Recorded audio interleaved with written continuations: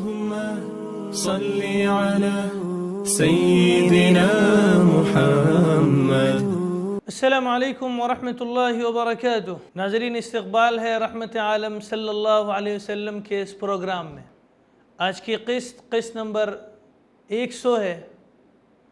گزشتہ 99 قسطوں میں رحمت عالم صلی اللہ علیہ وسلم کے بہت سے واقعات سنتے سنتے ہم سن 7 ہجری تک پہنچ چکے ہیں، یعنی کہ تقریباً اللہ کے نبی حضرت محمد صلی اللہ علیہ وسلم کے زندگی کے 57 سال کے جو حالات ہمیں صحیح تاریخی سند سے ملے ہم نے سن لیا ہے۔ آج کے اس پروگرام میں ہم رحمت عالم کے معانی اور رحمت للعالمین کے واقعات جانیں گے۔ ناظرین، قرآن مجید میں اللہ تعالیٰ کا ارشاد ہے وَمَا أَرْسَلْنَاكَ إِلَّا رَحْمَةً لِلْعَالَمِينَ، کہ ہم نے نبی صلی اللہ علیہ وسلم آپ کو رحمت للعالمین بنا کر بھیجا ہے۔ غور کرنے کا مقام ہے کہ اللہ نے قرآن مجید میں جب اپنا وصف بیان کیا تو وہاں رب العالمین یعنی عالمین کا رب فرمایا، اور جہاں اپنے محبوب کا ذکر کیا تو وہاں رحمت للعالمین فرمایا، یعنی کہ تمام جہانوں کے لیے ہم نے آپ کو رحمت بنا کر بھیجا ہے۔ وَمَا أَرْسَلْنَاكَ إِلَّا رَحْمَةً لِلْعَالَمِينَ۔ عالمین عالم کی جمع ہے، جس میں ساری مخلوقات، انسان، جنات، حیوانات، نباتات، جمادات سبھی داخل ہیں، یعنی اللہ کے نبی صلی اللہ علیہ وسلم کی ذات ان تمام مخلوقات کے لیے، دنیا میں بسنے والے تمام مخلوقات کے لیے رحمت بنا کر بھیجی گئی ہے۔ آپ صلی اللہ علیہ وسلم سارے جہان کے لیے، ساری دنیا کے لیے رحمت بنا کر بھیجے گئے تھے۔ اگر کوئی بدبخت اس رحمت عامہ سے خود ہی منتفع نہ ہو تو یہ اس کا قصور ہے۔ سورج سے روشنی اور گرمی کا فیض ہر طرف پہنچتا ہے، لیکن کوئی شخص اگر اپنے اوپر تمام دروازے اور سوراخ بند کر لے تو یہ اس کی دیوانگی ہوگی۔ آفتاب کے، سورج کے عموم فیض میں کوئی کلام نہیں ہو سکتا کہ سورج روشنی نہیں دے رہا ہے، اور یہاں تو رحمت للعالمین کا حلقہ فیض اس قدر وسیع ہے کہ جو محروم القسمت مستفیض ہونا نہ چاہے اس کو بھی کسی نہ کسی درجے میں بے اختیار رحمت کا حصہ پہنچ جاتا ہے۔ چنانچہ دنیا میں علوم نبوت اور تہذیب و انسانیت کے اصول کی عام اشاعت سے ہر مسلم و کافر اپنے اپنے مذاق کے موافق فائدہ اٹھاتا ہے۔ نیز حق تعالیٰ نے وعدہ فرما لیا ہے کہ پہلی امتوں کے برخلاف اس امت کے کافروں کو اپنے اپنے مذاق کے موافق فائدہ اٹھانا ہے۔ نیز حق تعالیٰ نے وعدہ فرما لیا ہے کہ پہلی امتوں کے برخلاف اس امت کے کافروں کو عام و مستعزل جڑ سے کاٹ دینے والے عذاب سے محفوظ رکھا جائے گا۔ ناظرین، رسول اللہ صلی اللہ علیہ وسلم نے ایک مرتبہ ارشاد فرمایا ان انا رحمت مہدات، میں اللہ تعالیٰ کی طرف سے بھیجی ہوئی رحمت ہوں۔ اور حضرت ابن عمر رضی اللہ عنہ سے روایت ہے کہ رسول اللہ صلی اللہ علیہ وسلم نے فرمایا انا رحمت مہدات برفع قوم وخفض آخرین، یعنی میں اللہ کی بھیجی ہوئی رحمت ہوں تاکہ اللہ کے حکم ماننے والی ایک قوم کو سر بلند کر دوں اور دوسری قوم جو اللہ کا حکم ماننے والی نہیں ان کو پست کر دوں۔ ناظرین، آئیے آج کے اس قسط میں ہم صرف اللہ کے نبی صلی اللہ علیہ وسلم نے جانوروں کے ساتھ جو سلوک کیا اور اس کے ساتھ کس طرح برتاؤ کرنے کا رحمت عالم صلی اللہ علیہ وسلم نے حکم دیا اس پر ایک نظر کرتے ہوئے ایک ایسے واقعے پر نظر ڈالیں گے جن سے رحمت للعالمین کا وصف ظاہر ہوگا۔ آئے دنیا میں بہت پاک مکرم بن کر،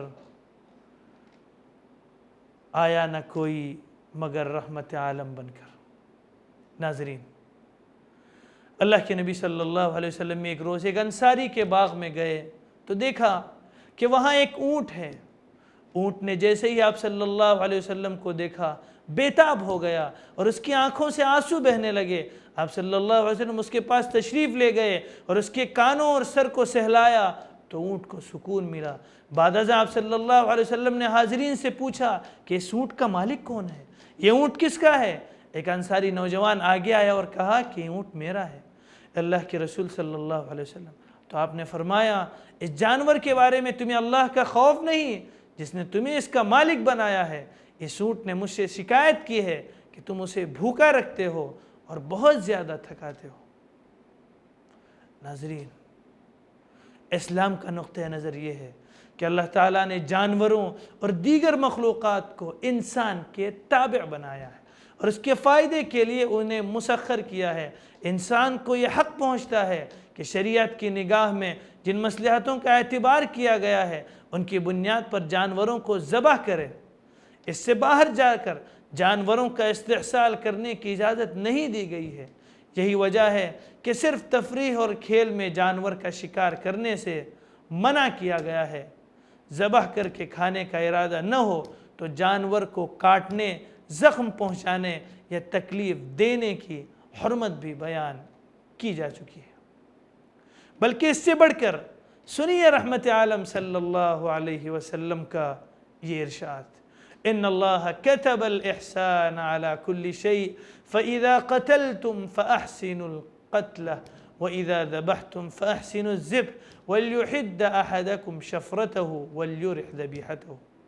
حضرت شداد بن اوس رضی اللہ عنہ کہتے ہیں کہ میں نے نبی اکرم صلی اللہ علیہ وسلم سے سن کر دو باتیں یاد رکھی۔ اب صلی اللہ علیہ وسلم نے فرمایا اللہ تعالیٰ نے ہر چیز میں احسان، اچھے سلوک اور برتاؤ کو فرض کیا ہے، لہٰذا جب تم قتل کرو تو اچھی طرح کرو اور جب تم ذبح کرو تو اچھی طرح کرو، اور تم اپنی چھریاں تیز کر لو تاکہ تم اپنے جانور کو آرام دے سکو۔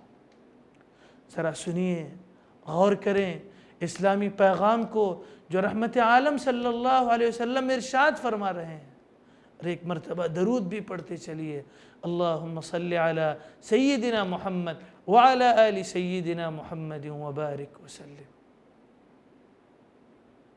ناظرین، کیا دنیا کی تہذیبیں رحمت عالم صلی اللہ علیہ وسلم کے اس قول سے بڑھ کر کوئی بھی طریقہ پیش کر سکتی ہیں؟ اب ذرا نظر ڈالیے ان تنظیموں پر جو جانوروں کے حقوق کے لیے قوانین بناتے ہیں، اور ان تنظیموں کو عید الاضحیٰ کے موقع پر مسلمان جو جانور ذبح کرتے ہیں انہیں کھٹکتا ہے اور وہ اسے انسانیت کے خلاف تصور کرتے ہیں، لیکن مختلف ملکوں میں جانوروں کو زخمی کرنے اور مارنے کے جو وحشیانہ مقابلے منعقد ہوتے ہیں، کیا تنظیمیں ان کے خلاف بھی آواز بلند کرتی ہیں؟ کیا ان تنظیموں کو ان کے خلاف بھی آواز بلند کرتے ہوئے دیکھا گیا ہے؟ اسپین، یونان، اٹلی، ہالینڈ وغیرہ مغربی ملکوں میں بیلوں کو جس بری طرح زخمی کر کے اور تل تل کر کے مارا جاتا ہے ہمارے سامنے ہے۔ ان مقابلوں میں لڑنے والے کی یہی کوشش ہوتی ہے کہ بیل کو بتدریج اور تھوڑا تھوڑا زخم دے کر مارے تاکہ سست رفتاری سے بیل موت کے آغوش میں جائے۔ کیا نام نہاد مہذب دنیا جو اسلام کے شعار عید الاضحیٰ کی قربانی پر چہبے جبی اور پریشان ہوتی ہے، اس سلسلے میں کچھ روک تھام کر سکی ہے؟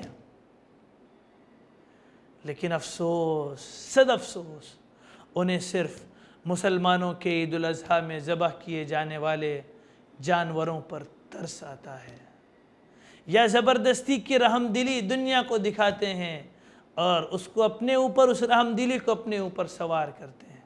خوب سن لیجئے کہ اسلام نے ذبح کرنے میں جن باتوں کو خیال رکھنے کا حکم دیا ہے وہ یہ ہے کہ جب ذبح کرو تو اچھی طرح ذبح کرو اور تم اپنی چھریاں تیز کر لو تاکہ تم اپنے جانوروں کو آرام دے سکو۔ ناظرین، جو ذات جانوروں تک کے ساتھ اتنی رحم دلی کرنے کا حکم دے رہی ہو تو وہ ذات انسانوں کے ساتھ کتنی رحم کرنے والی ہوگی۔ تو ناظرین، آج کی اس 100ویں ایپیسوڈ کا پیغام یہی ہے کہ ہم اس ذات پر درود و سلام بھیجیں، درود بھیجیں، اور جمعے کا دن تو خاص طور پر اس کا اہتمام کرنے کا ہے۔ اللہ کے نبی صلی اللہ علیہ وسلم نے ارشاد فرمایا کہ تم درود پڑھو، جمعے کے دن تمہارے درود مجھ پر پیش کیے جاتے ہیں، لہٰذا ہمیں جمعے کے دن خاص طور پر اہتمام کرنا چاہیے اور بقیہ دنوں میں بھی درود شریف کا ہمیں اہتمام رکھنا ہے. ہر دن کم از کم ہم 100 مرتبہ درود پڑھنے والے بنیں، اس لیے کہ درود شریف ہمارے ہر مسائل کا حل ہے. درود شریف پڑھیں گے تو ہمارے مسائل جو رہیں گے، دنیاوی مسائل، اللہ تبارک و تعالی دینی مسائل کے بارے میں اللہ نے کیا ارشاد فرمایا؟ اللہ کے رسول صلی اللہ علیہ وسلم نے ارشاد فرمایا کہ درود شریف بھیجو، اللہ تبارک و تعالی تم پر 10 رحمتیں نازل فرمائیں گے. کس پر؟ ایک مرتبہ درود پڑھنے پر. تو اس قسط کو ختم کرنے سے پہلے ہم اور آپ مل کر ایک ساتھ پڑھیں اللہم صلی علی سیدنا محمد وعلی آل سیدنا محمد وبارک وسلم. اور اگلے بھی جو رحمت عالم صلی اللہ علیہ وسلم کی قسطیں آئیں اس کو ہم بغور سننے والے بنیں. اللہ تبارک و تعالی استقامت کے ساتھ اس پروگرام کو اختتام تک پہنچانے کی مجھے توفیق عطا فرمائے، اور جو پیغام حقیقی حضور صلی اللہ علیہ وسلم کی زندگی سے ہمیں لینا ہے وہ پیغام بھی دنیا کے کونے کونے تک پھیلانے والوں میں ہمارا بھی شمار فرمائے. السلام علیکم ورحمۃ اللہ وبرکاتہ. اللهم صل على سيدنا محمد وعلى آل سيدنا شفيعنا محمد